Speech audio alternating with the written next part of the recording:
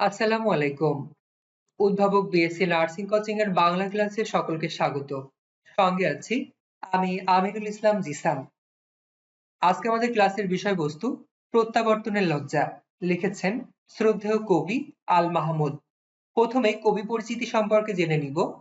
বিংশ শতাব্দীর অন্যতম প্রধান বাঙালি কবি ও সম্পাদক আল মাহমুদ গ্রামীণ জীবন, লোকজ উপাদান এবং গ্রামীণ নারীদের নিয়ে কাব্য রচনার জন্য বিখ্যাত। সোনালী কাবিন খ্যাত এই কবি ১৯৩৬ সালের ১১ জুলাই ব্রাহ্মণবাড়িয়ায় জন্মগ্রহণ করেন এবং ২০১৯ সালের ১৫ ফেব্রুয়ারি ঢাকায় মৃত্যুবরণ করেন। তিনি একুশে পদক ও বাংলা একাডেমি পুরস্কার সহ বহু পুরস্কারে ভূষিত হন। জন্ম ও শৈশব: কবি আল মাহমুদ ১১ জুলাই ১৯৩৬ সালে জন্মগ্রহণ করেন। জন্মস্থান মোরাইল গ্রাম, ব্রাহ্মণবাড়িয়া, বাংলাদেশ। কবির প্রকৃত নাম মীর আব্দুস শুকুর আল মাহমুদ। কবি আল মাহমুদের মৃত্যু তারিখ ১৫ ফেব্রুয়ারি ২০১৯। মৃত্যু স্থান ঢাকা, বাংলাদেশ। মৃত্যুবরণকালীন সময়ে কবি আল মাহমুদের বয়স ছিল ৮২ বছর। সাহিত্যকর্ম: আল মাহমুদ আধুনিক বাংলা কবিতার মোড় ঘোরানো কবি, যার কাজে লোকজ শব্দ ও গ্রামীণ জীবনের গভীরতা ফুটে ওঠে। উল্লেখযোগ্য কাব্যগ্রন্থ: লোকলোকান্তর, কালের কলস, সোনালী কাবিন, মায়াবী পর্দা দুলে ওঠো, অদৃশ্যবাদীদের রান্না বান্না, পাখির কাছে ফুলের কাছে, কবি আল মাহমুদের উপন্যাস, কবি ও কোলাহল, উপমহাদেশ। গল্পগ্রন্থ: পানকৌড়ির রক্ত। পুরস্কার ও সম্মাননা: বাংলা একাডেমি পুরস্কার ২১শে পদক, স্বাধীনতা দিবস পুরস্কার ২০১৬। তিনি দৈনিক গণকণ্ঠ পত্রিকার সম্পাদক হিসেবে দায়িত্ব পালন করেছেন এবং ১৯৭১ সালে স্বাধীনতা যুদ্ধে অংশগ্রহণ করেছিলেন গভীর অনুভূতি ও সামাজিক দায়বদ্ধতাকে চিত্রিত করে। উৎস পরিচিতি: প্রত্যাবর্তনের লজ্জা কবি আল মাহমুদের একটি বিখ্যাত কবিতা, যার মূল উৎস তার লোকলোকান্তর কাব্যগ্রন্থ। এই কবিতায় ব্যক্তিগত ব্যর্থতা, আত্মসংকোচ এবং কবিসত্তার অবক্ষয় ফুটে উঠেছে। মূল ভাব: প্রত্যাবর্তন লজ্জা।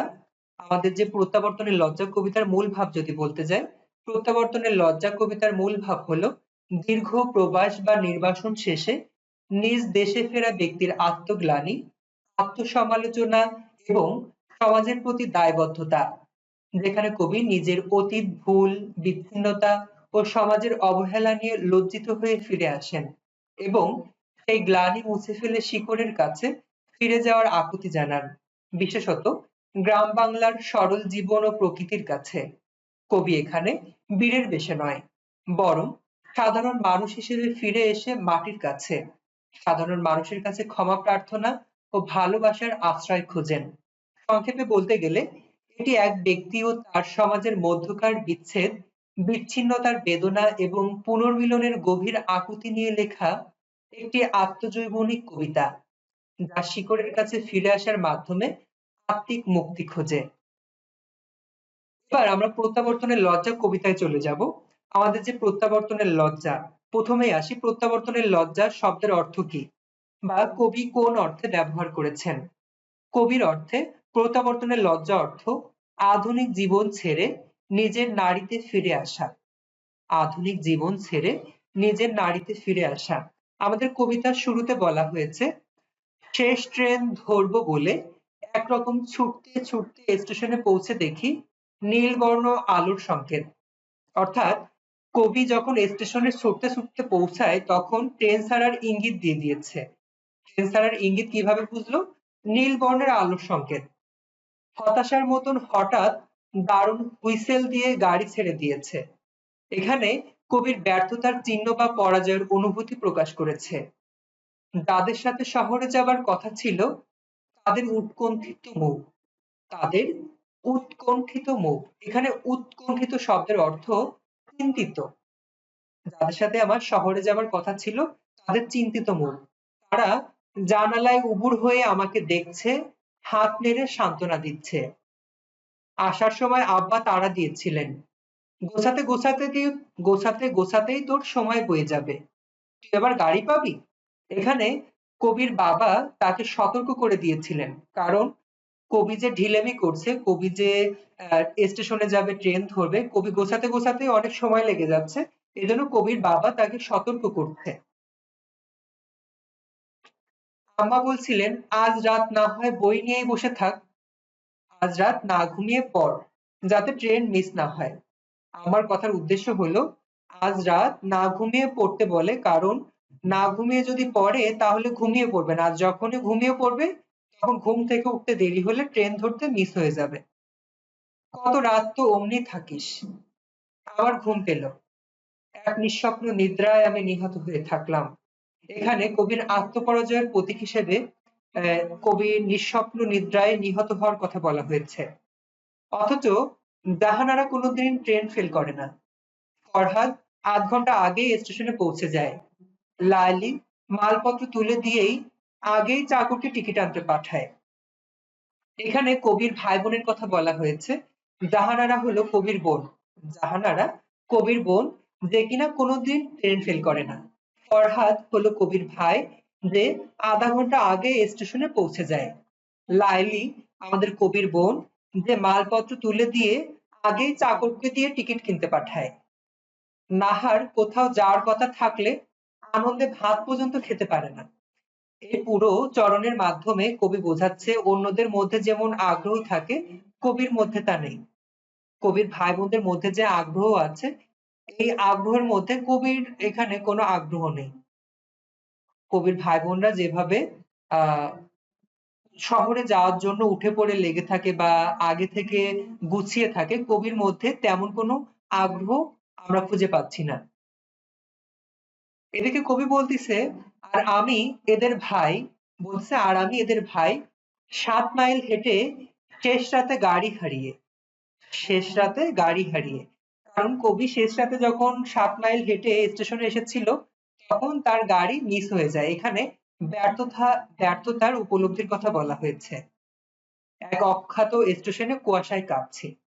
কবি 7 মাইল হেঁটে এসে শেষ রাতে অখ্যাত স্টেশনে এসে কুয়াশায় কাঁপছে। কুয়াশার সাদা পর্দা দোলাতে দোলাতে আবার আমি ঘরে ফিরবো। এখানে কুয়াশার, যে আমরা কুয়াশা দেখি সাদা সাদা কুয়াশা, এই সাদা কুয়াশাকে পর্দার সাথে তুলনা করা হয়েছে।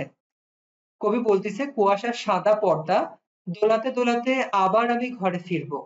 শিশিরে আমার পাজামা ভিজে যাবে, চোখের পাতায় শীতের বিন্দু জমতে জমতে নির্লজ্জের মতো হঠাৎ লাল সূর্য উঠে আসবে। এখানে কবির শরীর ভিজে যাবে বা শিশিরে ভিজে যাবে, চোখের পাতায় শীতের বিন্দু জমবে, এই সকল চরণের মাধ্যমে কবি বোঝাতে চেয়েছে প্রকৃতির সাথে যে একাত্মতা আছে, প্রকৃতির সাথে যে একাত্মতা আছে, কুয়াশায় কবি ভিজে যাবে। কুয়াশার এবং শীতের শিশুর বিন্দুতে কবির ভিজে যাওয়ার কথা বলা হয়েছে। শিশুর বিন্দু জমতে জমতে নির্লজ্জের মতন হঠাৎ লাল সূর্য হয়ে উঠবে। এখানে কবির ব্যর্থতার কারণে উপহাস করেছেন, কবি নিজেকে নিজেই উপহাস করেছেন। পরাজিতের মতো আমার মুখের উপর রোদ নামলে সামনে দেখবো পরিচিত নদী, ছড়ানো ছিটানো ঘরবাড়ি, গ্রাম, জলার দিকে বকের ঝাঁক উড়ে যাচ্ছে, দারুণ ভয়ের মতো ভেসে উঠবে আমাদের আটচালা। এখানে কবি যে তার বাসায় ফিরে যাচ্ছে, কবি যে ফিরে যেতে যেতে তার চিরচেনা তার নদী দেখবে, কবি জলার দিকে বকের ঝাঁক দেখবে, গ্রামের ছোট ঘর বাড়ি দেখবে, এই সব যে দেখবে, এখানে কবি আত্মসংকোচে ভুগতেছে। এখানে কবি নিজেকে নিজের কাছে ছোট মনে করতেছে, কারণ সে তো শহরে যাওয়ার জন্য ট্রেন ধরতে গিয়েছিল, কিন্তু ট্রেন ধরতে পারেনি। এখন সে যেহেতু ফিরে আসতেছে, এখন তার মধ্যে একটা সংকোচ কাজ করতেছে, মানে ছোট হচ্ছে, সে নিজে ভয় পাচ্ছে লোকে কি বলবে। তারপর দেখো, কলার ছোট বাগান, দীর্ঘ পাতাগুলো না না করে কাঁপছে।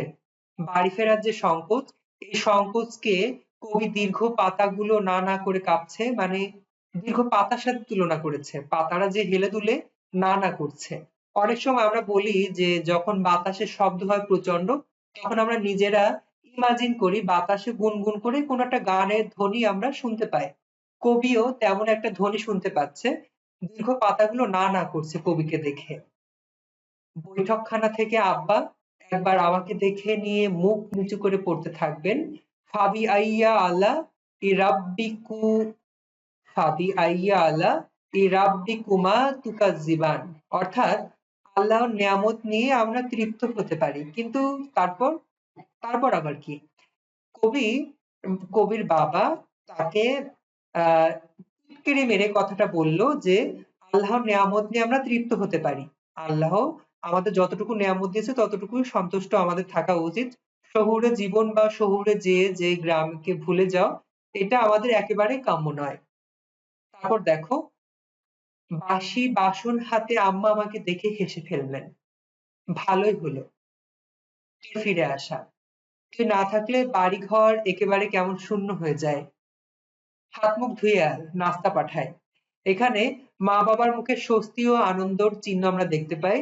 কবি যে ফিরে এসেছে এতে আর কেউ না হোক কবির মা বাবাই এখানে খুশি আনন্দিত। কবির মা কি বলছে? হাত মুখ ধুয়ে আসতে, কবিকে নাস্তা দিলে। এখানে কবিকে নাস্তা দেওয়ার মাধ্যমে কবির মা বাবার কবির প্রতি যে স্নেহ, সেই স্নেহের দিকটি আমরা খুঁজে পাচ্ছি।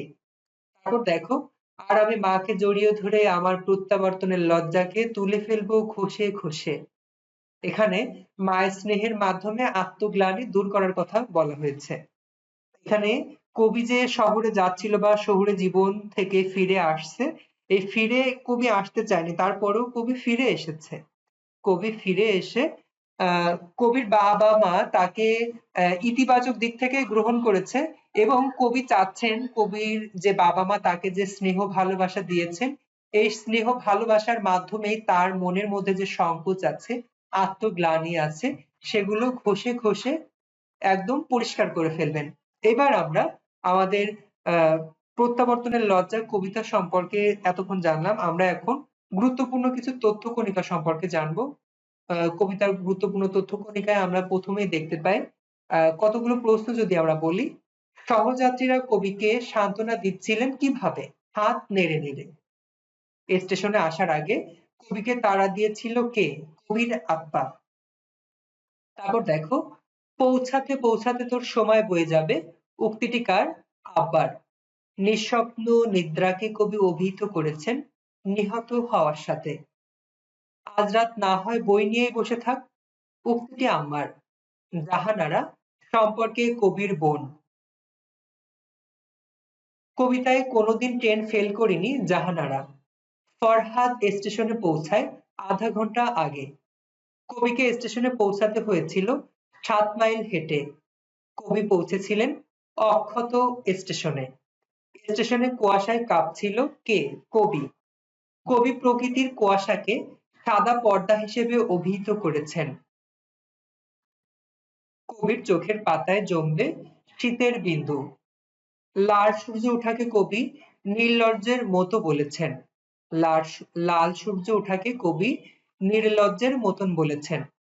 প্রত্যাবর্তনের পর কবি নিজেকে মনে করেন পরাজিত। বকের ঝাঁক উড়ে যাচ্ছে জলার দিকে। কবির সামনে ভেসে উঠবে কলার বাগান। কবিদের বাড়ি 8 চালা বিশিষ্ট। ট্রেন ছেড়ে দেওয়ার বিষয়টি কবিতায় বোঝানো হয়েছে আলোর সংকেতের মাধ্যমে। সহযাত্রীদের মুখ উৎকণ্ঠিত ছিল ট্রেন ধরতে কবি ব্যর্থ হওয়ায়। নিঃশব্দ নিদ্রায় নিহত হয়ে থাকা বলতে বোঝায় অনুভূতিহীন হওয়া। ট্রেন ধরতে ব্যর্থ হওয়ায় কবির ভাই বোনদের কথা মনে পড়েছিল, কেননা কবির ভাই বোনরা পূর্ব সতর্কতার কথা মনে রাখে। ট্রেন ধরতে ব্যর্থ হয় কবির ভাই বোনদের কথা মনে পড়েছিল। কেন মনে পড়েছিল? পূর্ব সতর্কতার কথা মনে করে। এই ছিল আমাদের কবিতা এবং কবিতার গুরুত্বপূর্ণ কিছু তথ্য কণিকা। এই কবিতা দিন শেষে আমরা কি শিখলাম? দিন শেষে আমরা একটি জিনিসই শিখলাম, আমাদের শহুরে জীবন যতই আকৃষ্ট করুক, তবে মা এবং মাটির টান, প্রকৃতির যে একটা টান, শেকড়ের টান, সেটা থেকেই যায়। এখানে কবি সেই শেকড়ের টানে, মাটির টানে ফিরে তো এসেছে, কবি ফিরে আসতে চায়নি, তারপরও ফিরে এসেছে। ফিরে এসে তিনি তার বাবা মায়ের থেকে ইতিবাচক মনোভাব লক্ষ্য করেছে, এবং কবি চান তার বাবা মার স্নেহ ভালোবাসায় তার যে লজ্জা আছে, তিনি যে ফিরে এসেছেন শহুরে জীবন বা প্রবাসী জীবন থেকে ফিরে এসেছেন, এই লজ্জাকে তিনি তার বাবা মার যে ভালোবাসা সেই ভালোবাসার মাধ্যমে ঘষে মেজে পরিষ্কার করে দিবেন, তিনি এই লজ্জার মনে রাখবেন না। এটাই ছিল আমাদের কবিতার মূল বিষয় বা মূল বিষয়বস্তু। আজকের ক্লাস এই পর্যন্ত। এতক্ষণ সঙ্গে থাকার জন্য সকলকে ধন্যবাদ।